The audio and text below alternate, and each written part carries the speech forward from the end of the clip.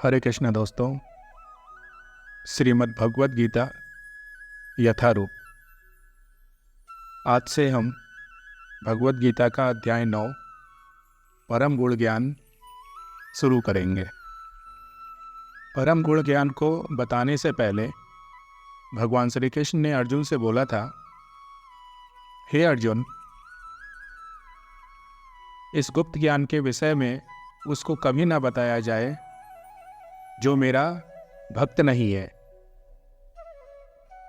अर्थात ये गुप्त ज्ञान उन्हीं के लिए है जो मेरे परम भक्त हैं, मुझ में विश्वास रखते हैं, मेरी भक्ति करते हैं।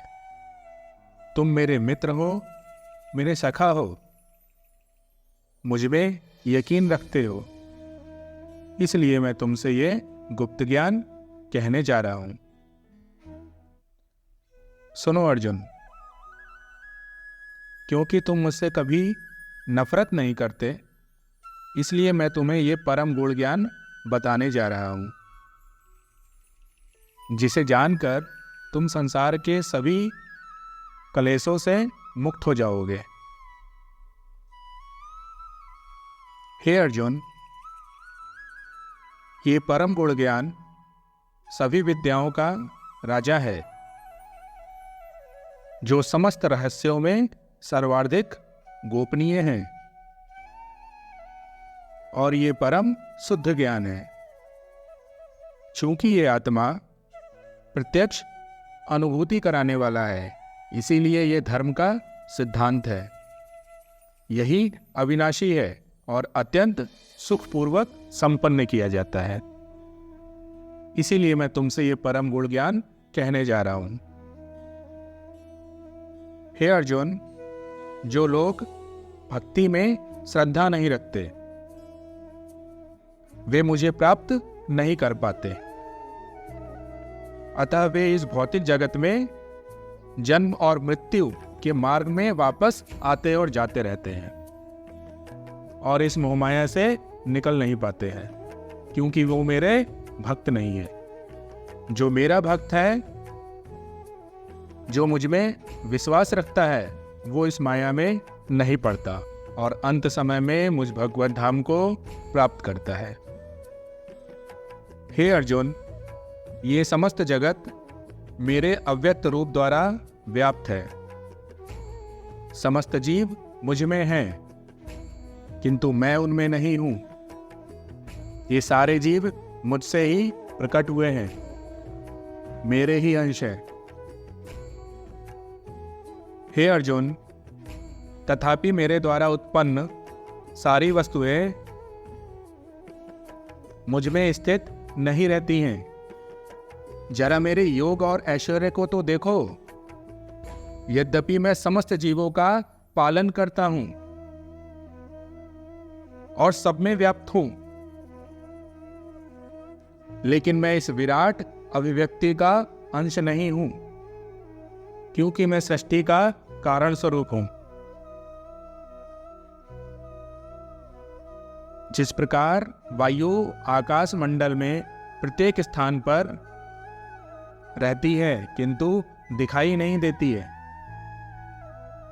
उसी प्रकार समस्त उत्पन्न प्राणी को मुझ में स्थित जानो। अर्थात इस संसार में जितने भी प्राणी हैं, तुम ये मानो कि वो सभी प्राणी मेरे द्वारा ही उत्पन्न हुए हैं।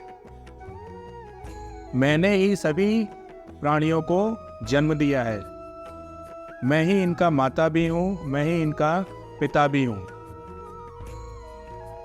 हे कुंती पुत्र, इस संसार के खत्म होने पर, इस संसार का नाश होने पर, ये सारे प्राणी मेरे प्रकृति में प्रवेश करते हैं, अर्थात मुझ में समा जाते हैं। और जब मैं इस संसार को पुनः निर्माण करता हूं, तो ये सारे जीव मेरे द्वारा ही उत्पन्न होकर इस संसार में जाकर निवास करते हैं। अर्जुन, संपूर्ण विराट जगत मेरे अधीन है। ये पूरा संसार मेरे अधीन है।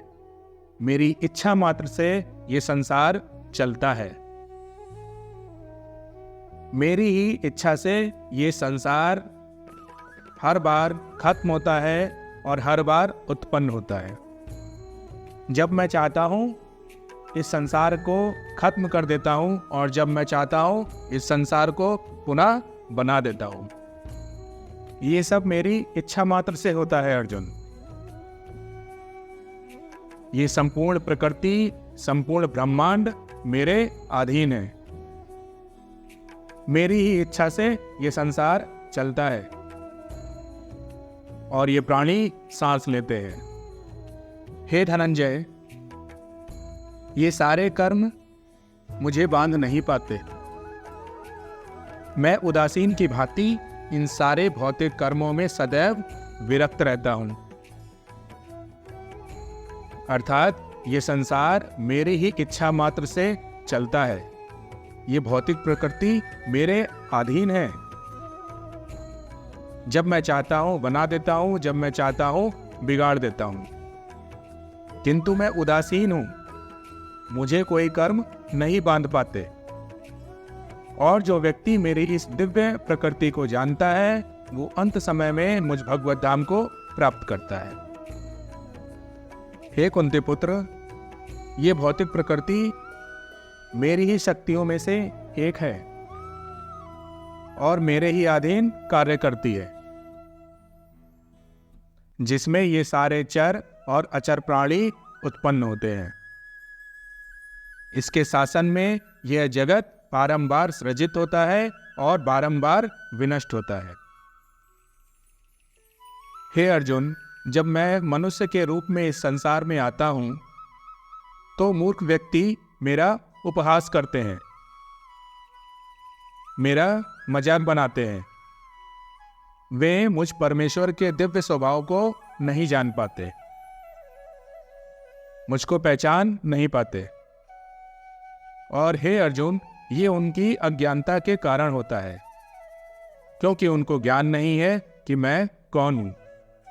और दुर्भाग्य की बात यह भी है अर्जुन कि वो व्यक्ति मुझे जानने की कोशिश भी नहीं करता। ये प्रकृति मेरे ही द्वारा बनाई गई है अर्जुन। ये ब्रह्मांड मैंने ही बनाया है। इस धरती पर हर युग में मैं जन्म लेता हूं। जब जब मुझे लगता है धर्म की हानि हो रही है और अधर्म की प्रधानता बढ़ती ही जा रही है, तब तब मैं अवतार लेता हूं।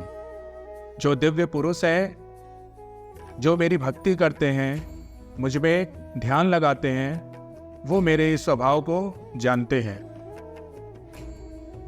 हे अर्जुन, जो लोग इस प्रकार मोहग्रस्त हो जाते हैं, मुझे पहचान नहीं पाते, वे आसुरी तथा नास्तिक विचारों के प्रति आकृष्ट रहते हैं।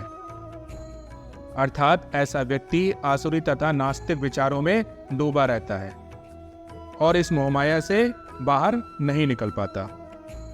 इस प्रकार ऐसे व्यक्ति का सकाम कर्म तथा ज्ञान का अनुशीलन सभी निष्फल हो जाते हैं और ऐसा व्यक्ति जन्म और मृत्यु के चक्र में फंसा रहता है और मुझ भगवान को नहीं जान पाता। हरे कृष्णा, हरे कृष्णा।